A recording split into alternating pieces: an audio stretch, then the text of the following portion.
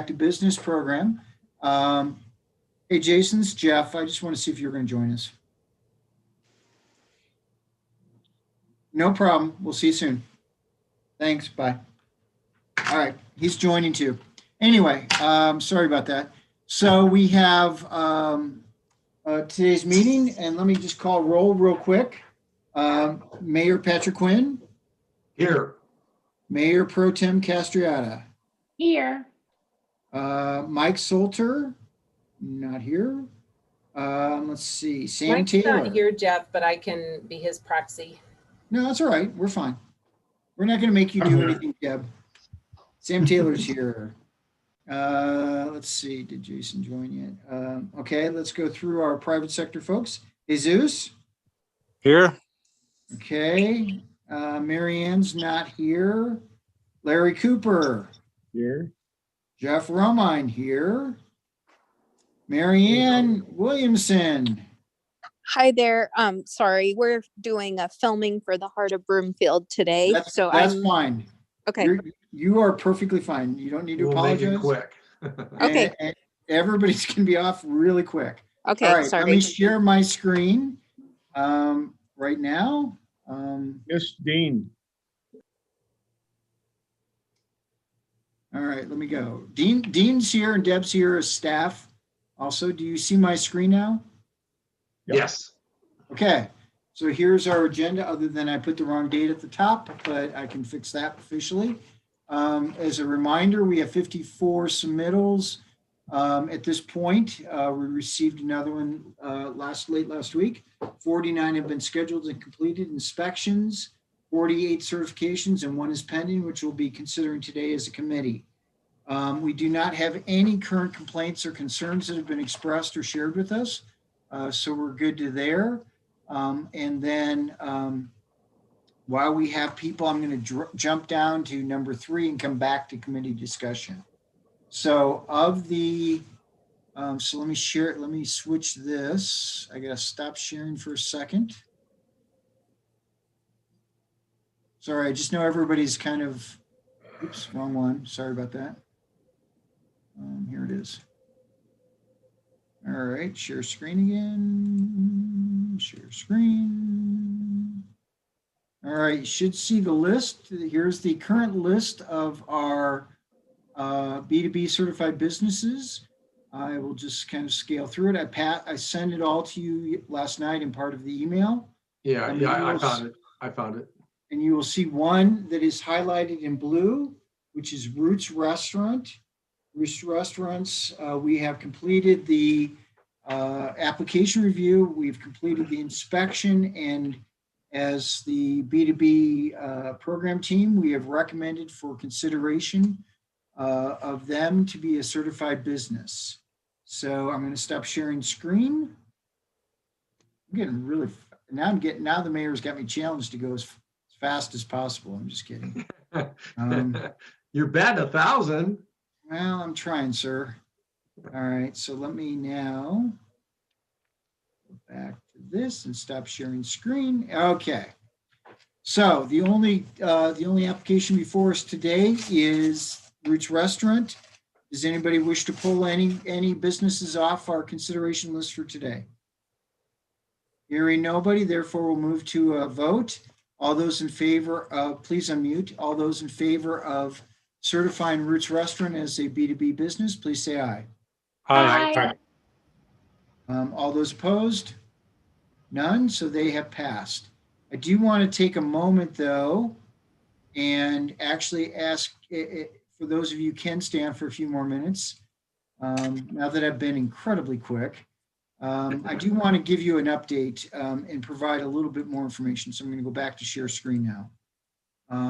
And so on this, yesterday I participated in a group with B2B programs across the Front Range. It included from Larimer down to Douglas County. It included the folks who are administering these programs, including Boulder County, as I say, Larimer County, Douglas, Denver. I believe Jefferson was on. There was nobody there from Adams or Arapahoe that I was aware of. But there were also a couple of public health people on. We did not, CDPHE was not invited, but they will be in the future. And so the meeting was really, several of the communities were very frustrated with the B2B or with the 5-star program. And wanted to express and then also provide recommendations into CDPHE and to their program staff, the 5-star program staff. Effectively, what had happened is, many of you know, the council members know this, but many of you know, is just as some of these programs are coming online, we're rapidly moving the levels of attainment around public health. And so the one that was talked about the most, but it happened to a couple of counties, was Boulder County announced their 5-star program, and within hours, the governor changed the level up to level yellow. And so you can imagine that some folks were very frustrated by that. They were happy on one sense, in the sense that their businesses were able to move up to yellow. They were frustrated. They put a significant amount of time, effort, and expense because some of them had contracted for inspections and other things. And so there was a robust conversation about what CDPHE could do a little bit better with the 5-star program, what recommendations collectively people would have or individually. And they ranged across the board, from the state providing funding for all the PP improvements, the state allowing all businesses that are in a 5-star program to move up to level green, as an example, or to go to 100%, or to move past the 70 or 50% occupancy up to 75 or even 100%.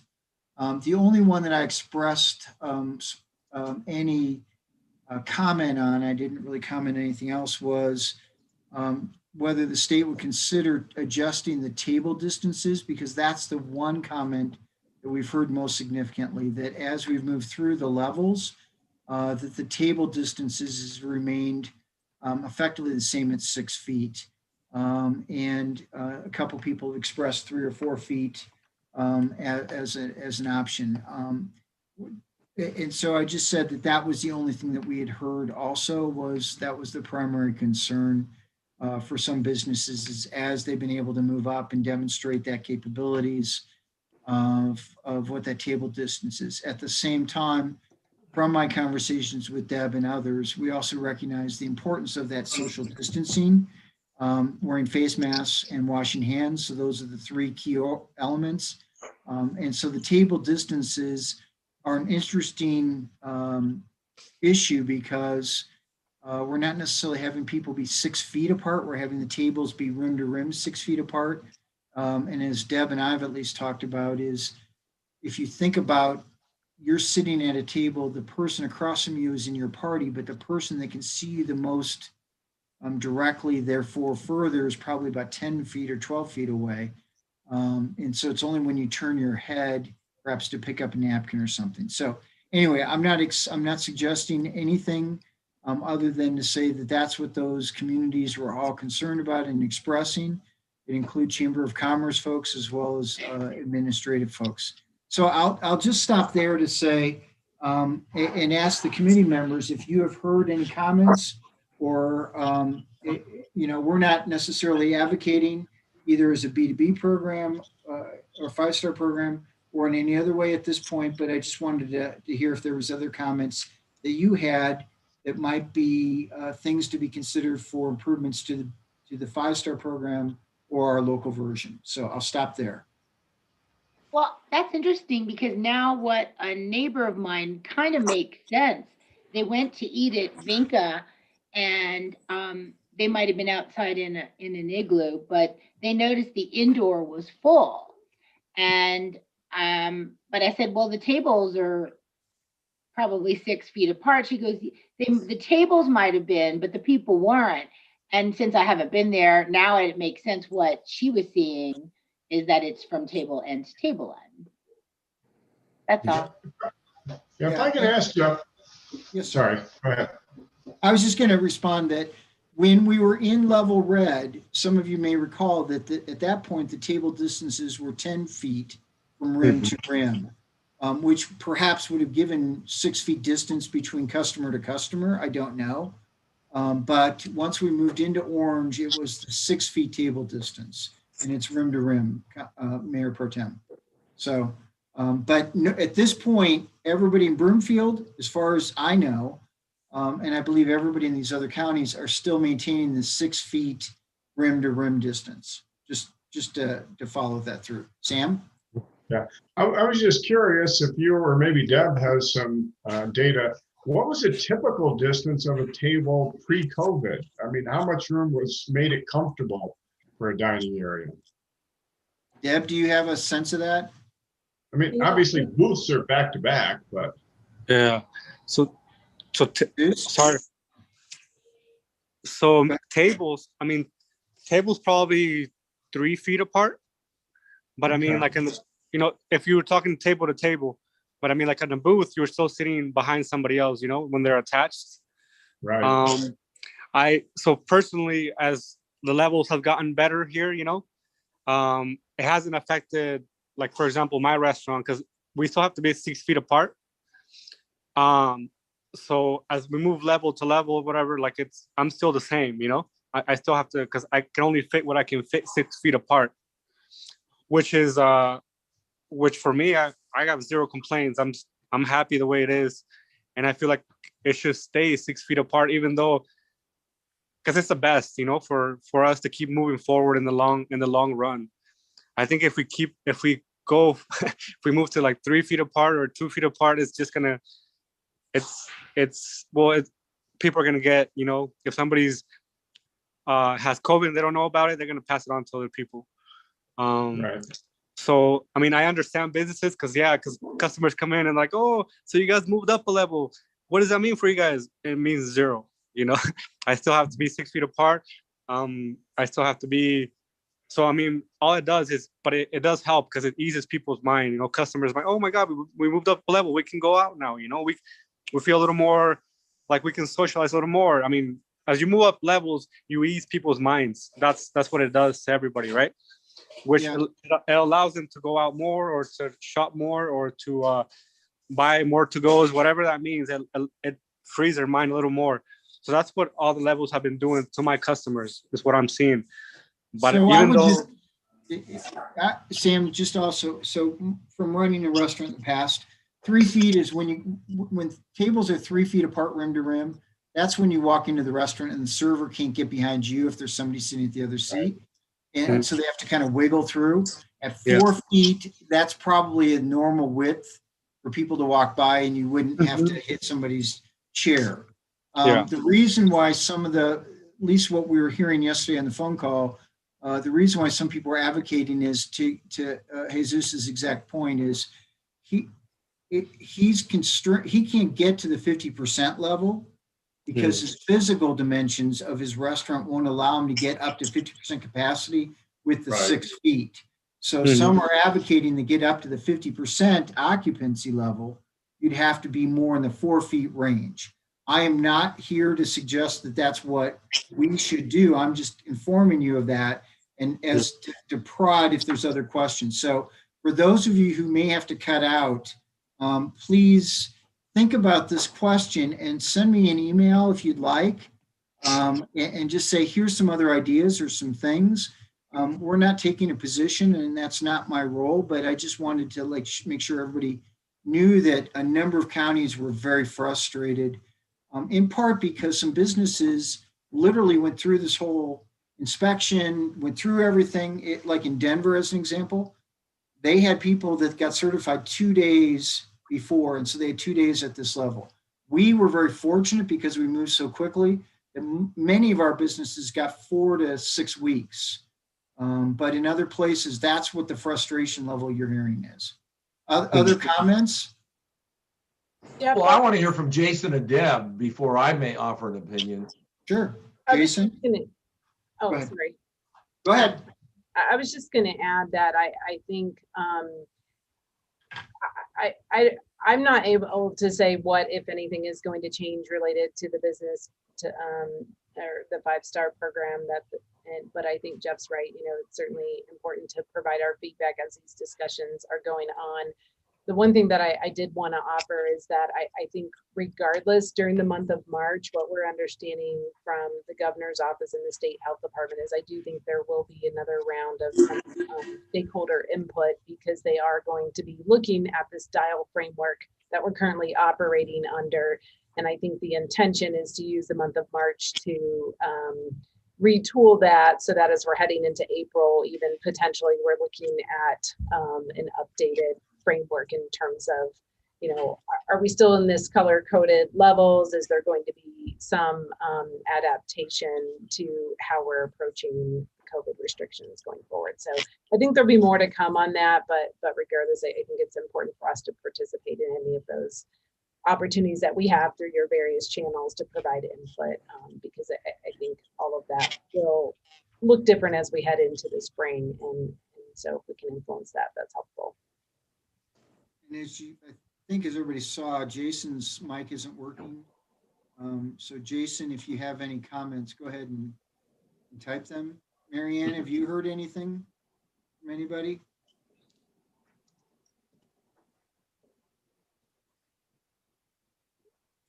I heard from one restaurant owner. I was having lunch in their restaurant. She was a little frustrated by the process. They went through all the inspection and got everything in place. And I got to tell you, they're following the rules so closely. I'm kind of amazed at them.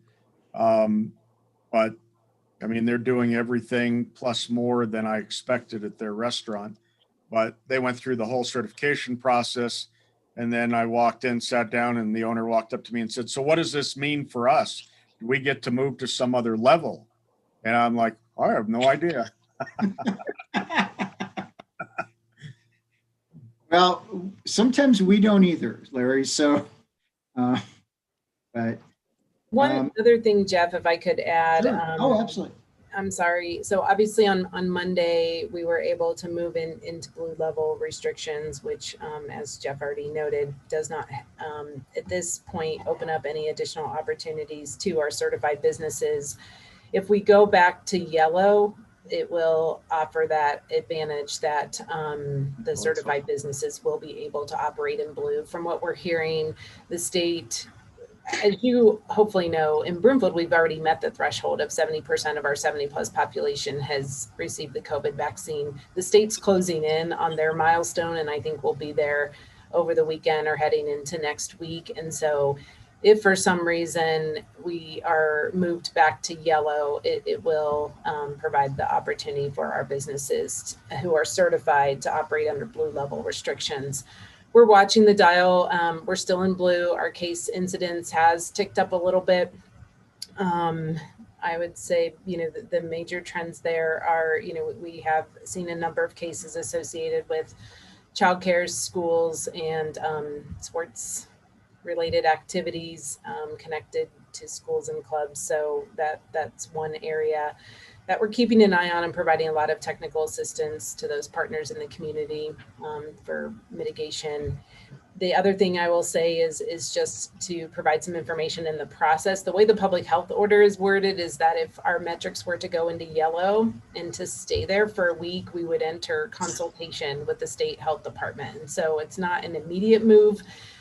We would begin that consultation process where I think we would be looking at things of, you know, what trajectory are we on, and are we just kind of on this bubble and potentially could be going back down versus a dramatic increase that may be more serious? What are our positivity rates, which tell us how much transmission there is in the community and those things. So we will keep an eye on that and continue to provide updates, but I just wanted to share a little bit more about what does that process look like. Hopefully it's not something that we will need to take any action on, and we can stay in this blue level and keep heading down. But we have seen a little uptick in our cases over the past week. So we'll keep an eye on it.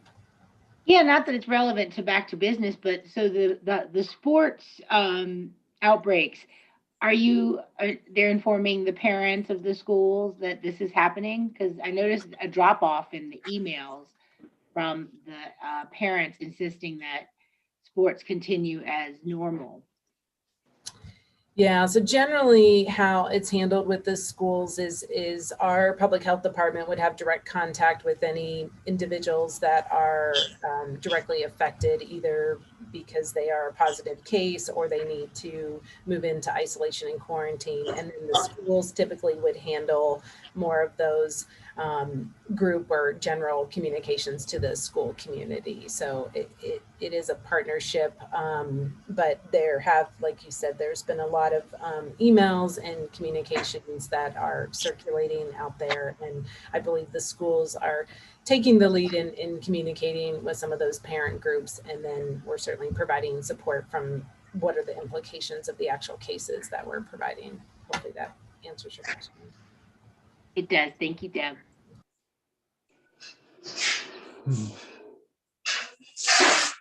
Any other comments or just think about it if you have other suggestions. So we will be meeting with CDPHE, the 5-star program people, sometime in the next week or two, and we will make other suggestions we'll participate, appropriately. I think what we have recognized from the get-go, which Deb kind of articulated, is if things were to reverse, this is still a beneficial program. If it were to be on a continuous track positive, that is great. And it makes our customers and our residents feel much safer, as Sam pointed out. That's really one of the great benefits of this program is it's helping people feel good. I have suggested in different places that the real next step for us is getting our office tenants, our corporations and others to feel comfortable and to return. And in talking to some of the heads of their offices, their greatest concern is around employee liability. So once they feel we get to a certain, collectively, we start getting to a certain threshold where people can feel safe coming in again, then we are going to get those offices reopened. And that's going to drive people in for lunches, for workouts, for, after work to swing by and go for a climb, or to go grab a quick couple drinks with colleagues afterwards that they haven't honestly physically seen in probably a year. And so once we can keep this progress going forward, that's really what our strength and our interests are. It's less about, in my opinion, and what I tried to express yesterday was, it's less about the program than it is about us putting time into it, as much as it is about getting the economy reopened. And that's what we really care about. So, and that's what I keep trying to express is, hey, I put some time in, but I only did it for one reason. And as long as we're still working on that reason, that's what's important to me. So, and that's what I tried to share. I don't really have, if we get to rip up B2B certified business, everything about it, and shred it in a shredder in 3 months, I'm perfectly happy. So. No, I know, but as Deb pointed out too, the incentive to applying this way is if we do go up to a more restrictive level, they can maintain their levels of service. So we'll see if we do, and I hope this doesn't happen. If we do have to go to a more restrictive level, I'll bet the applications resume. Yeah, right now, they don't really need us. Yeah, I don't blame them. I look forward to 2 years from now when we're reading about 2020 and 2021 and saying, what was that back to business program? I don't remember. It was the first one in the state, okay? Well, but I don't want to be still talking about, well, back to business 2023, here's what we're doing. Anyway, on that note, then I think we will, unless there's other comments or concerns that we want to share today, other than that, we can move to adjournment. Is there any other issues anybody wants to bring up? Larry, you're sitting forward. Really? Always good to see y'all to kick off the weekend. It's all Have a wonderful one. See y'all soon. Bye. Stay well. Thanks, Jeff. Bye. Bye.